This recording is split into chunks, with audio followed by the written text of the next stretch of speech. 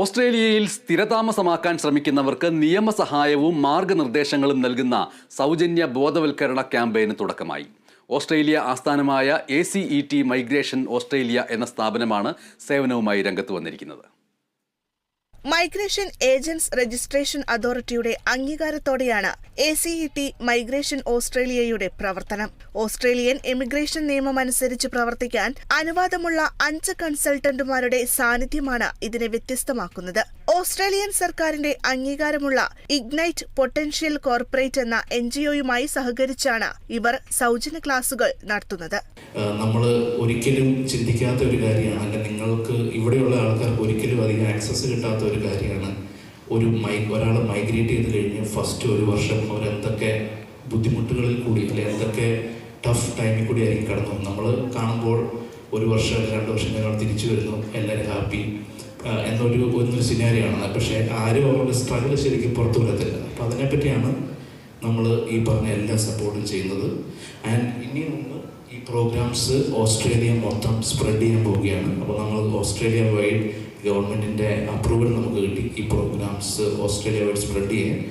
And നമ്മളത് എല്ലാ സ്റ്റേറ്റിലോട്ടും spread ചെയ്യാൻ പോവുകയാണ്. ആൻഡ് എല്ലാ സ്റ്റേറ്റിലും ചെയ്യുമ്പോൾ ഇതുപോലെ സ്റ്റേറ്റിൻ്റെ ഫണ്ടിങ് എടുത്തിട്ട് ആ ഒരു സ്റ്റേറ്റ് ഫണ്ടഡ് ആയിട്ടായിരിക്കും ചെയ്യുന്നത്. അപ്പം ഇതുപോലെ ചെയ്ത പോലെ തന്നെ ഒരു കോസ്റ്റും ഇല്ലാതെ ഒരു കാൻഡിഡേറ്റ് അല്ലെങ്കിൽ പാർട്ടിസിപ്പൻസിന് ഫ്രീ ഓഫ് കോസ്റ്റിലായിരിക്കും ചെയ്യുന്നത്. ലോകമെമ്പാടുമുള്ള ആളുകൾ കുടിയേറ്റത്തിനായി ശ്രമിക്കുന്ന 5 രാജ്യങ്ങളിലൊന്നാണ് ഓസ്ട്രേലിയ.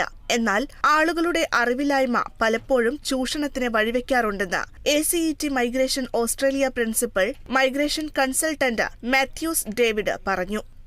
5ാമത്തെ ചോദ്യം, ഞാനൊരു വിസിറ്റിംഗ് വിസ അവിടെ വന്ന് എടുത്തു കഴിഞ്ഞാൽ എനിക്ക് അവിടെ ജോലി ചെയ്യാൻ പറ്റും. അത് നമുക്ക് മനസ്സിലാക്കാൻ സാധിക്കും. കേരളത്തിൽ നിന്ന് പലപ്പോഴും ദുബായ്, ഗൾഫ് രാജ്യങ്ങളിലേക്ക് അങ്ങനെ വിസിറ്റിംഗ് വിസയിൽ പോയി അതിനുശേഷം ഒരു വർക്ക് വിസയിലേക്ക് മാറ്റുന്ന ഒരു പ്രവണത അത് ഓസ്ട്രേലിയയിൽ നടക്കില്ല. വിസിറ്റിംഗ് വിസയ്ക്ക് ഒരിക്കലും വർക്ക് റൈറ്റ് ഉണ്ടാവില്ല.